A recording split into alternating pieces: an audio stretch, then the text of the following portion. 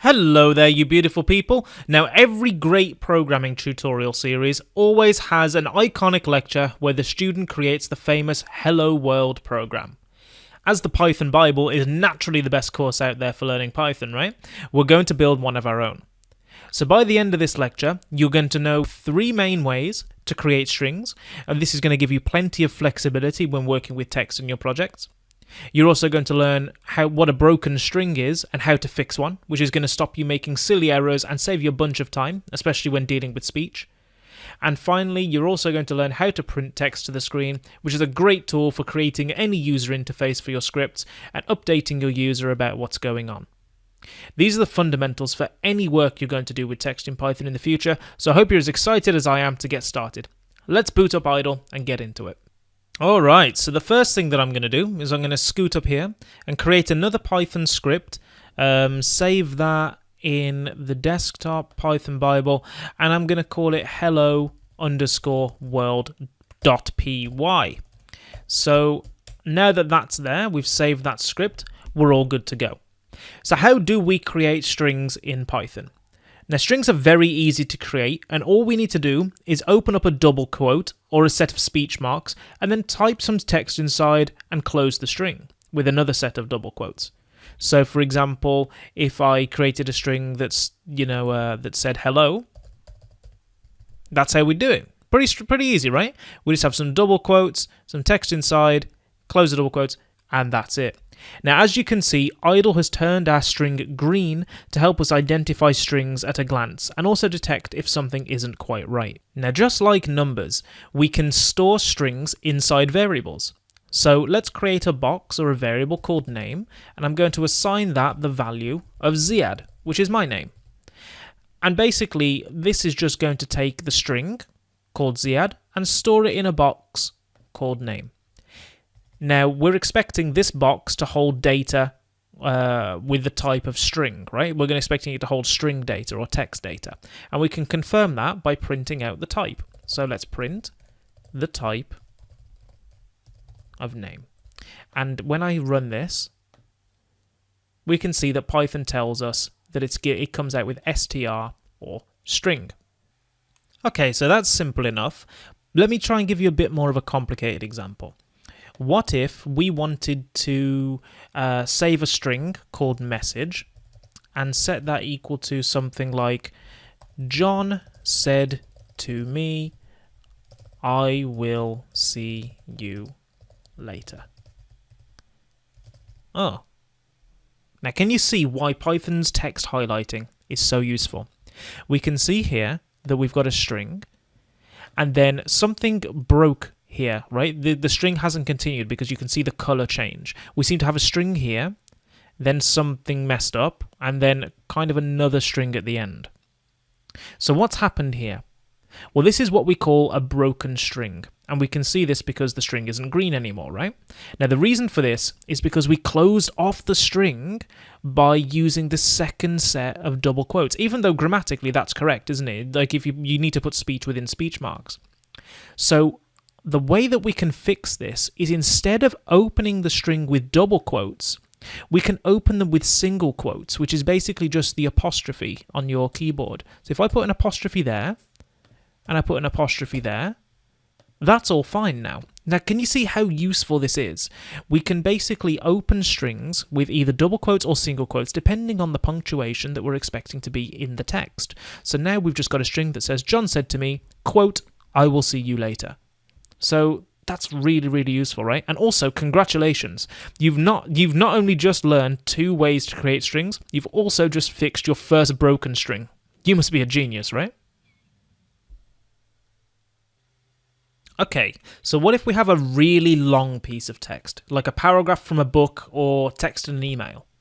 Well, right here on my clipboard, I have the opening paragraph from William Shakespeare's famous play Romeo and Juliet. If I create a variable called Romeo, and I set that equal to this text, we're going to see that, and I tried to open up some double quotes, for example, and try and put it all in there, we're going to see it doesn't work, right? The string kind of just breaks after the first line. So how can we fit all of this into just one variable? Well, the way that you can do this in Python is to use triple quotes. So I could put 3 sets of double quotes like that, and that will work fine. Alternatively, I could put 3 sets of single quotes, and that will also work fine. And you can notice the way that it doesn't really matter what, because you can see there's a single quote in here, there's another single quote here, another single quote here. It doesn't really matter. I can put a double quote in there. It doesn't really matter what punctuation is inside, because this is going to take care of all of that. But do note that it will preserve the line spacing. So now that it's enclosed in there, if I want to print out all of this text, all I have to do is just print Romeo. Now, when I save and run that, you can see that it's going to print out the entire text. So to refer to all of that data, now you can imagine this being hundreds and hundreds of lines long, right? This could be anything you wanted. I can refer to all of that data just by using the variable name Romeo, which is really cool, and I'm sure you can see why variables were so useful to get a grip of earlier on. Awesome. We now know way more than enough to create our Hello World program. So let's go back into the script, down here, over here, and delete all of this first. Okay, just start a clean slate again. There we are. So what we need to do to make the Hello World program, the first thing we're going to do is create a variable called hello that's going to hold the text Hello World. And of course, you knew it was coming. Here's a micro challenge for you. What I want you to do is go ahead and create a variable called hello. Then I want you to set the text equal to Hello World with an exclamation mark at the end. You can use either double quotes or single quotes to accomplish this. It's entirely up to you. So pause this video now and have a go at creating the string, then come back to see how you did.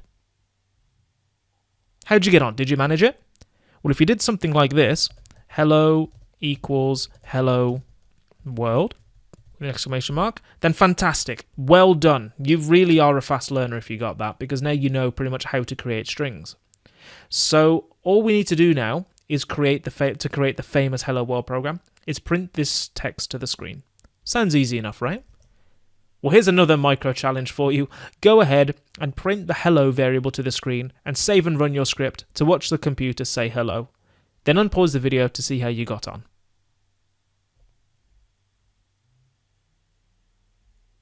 Welcome back. Did you manage to make your computer say hello? Here's how I'd have done it. Very simple. Just print hello. And when I save and run that, that's going to print the content of the hello variable to the screen, and the computer is going to say hello world.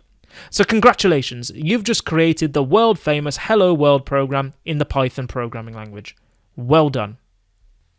So you've learned quite a lot in this lecture. First of all, you learned how to create strings in Python.